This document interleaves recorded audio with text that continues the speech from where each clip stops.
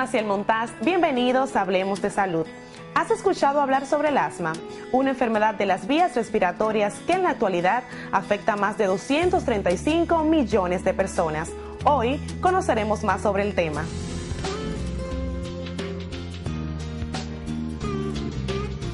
El asma es un trastorno o inflamación de las vías respiratorias que provoca que éstas se hinchen y se estrechen, causando sibilancias, dificultad para respirar, opresión en el pecho y tos.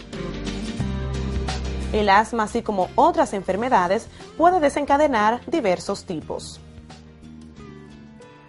El asma antes se clasificaba como asma alérgica y asma intrínseca, pero ahora mismo la clasificación del asma se basa en el control, si el paciente está controlado o no. Por ejemplo, existe el asma controlada, que es aquel paciente que en la semana no tiene que usar el inhalador de rescate más de 2 veces por semana. Son esa gente que te dice, yo me aprieto quizá una vez al año.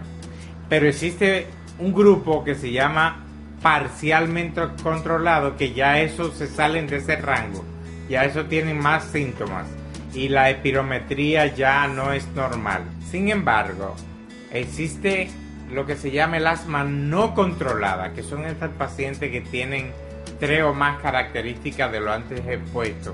Esos son los pacientes que todos los días prácticamente tienen asma, tienen limitaciones hasta con sus actividades cotidianas, con sus labores.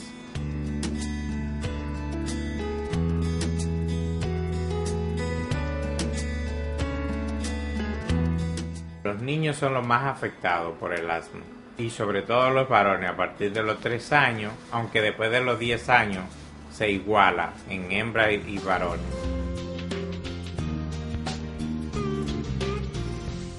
Y aunque los niños son los más propensos a desarrollar la enfermedad, los adultos no estamos exentos a ella.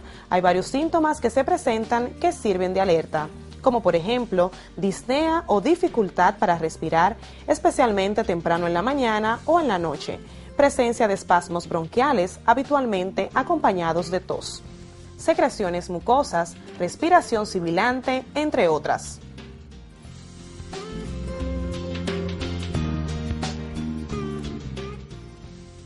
Cuando los síntomas del asma empeoran, se produce una crisis de asma. En una crisis severa, las vías respiratorias pueden cerrarse tanto que los órganos vitales no reciben suficiente oxígeno. En estos casos, la crisis asmática puede provocar la muerte. Se le hace una espirometría a todo paciente por encima de 5 años. En la espirometría nosotros lo ponemos con esto. Le ponemos aquí un adaptador y aquí el paciente sopla y según la edad, el sexo, el peso, ¿verdad? La altura, ese aparato va a medir la capacidad pulmonar, los volúmenes y nos va a decir si el paciente tiene un trastorno de la ventilación obstructivo o de otra índole. Si es obstructivo, ya yo sé que ese paciente tiene un asma. ¿Por qué? Porque demostré que tiene obstrucción y demostré que es reversible. Una vez confirmada, ¿qué tratamiento debe llevar? Los medicamentos de control más comunes son los corticosteroides inhalados, que previenen los síntomas ayudando a evitar que las vías respiratorias se inflamen. Los inhaladores beta-agonistas de acción prolongada también ayudan a prevenir los síntomas de asma. Estos medicamentos solos generalmente se usan junto con un corticosteroide inhalado. Es más fácil usar un inhalador que contenga ambos medicamentos.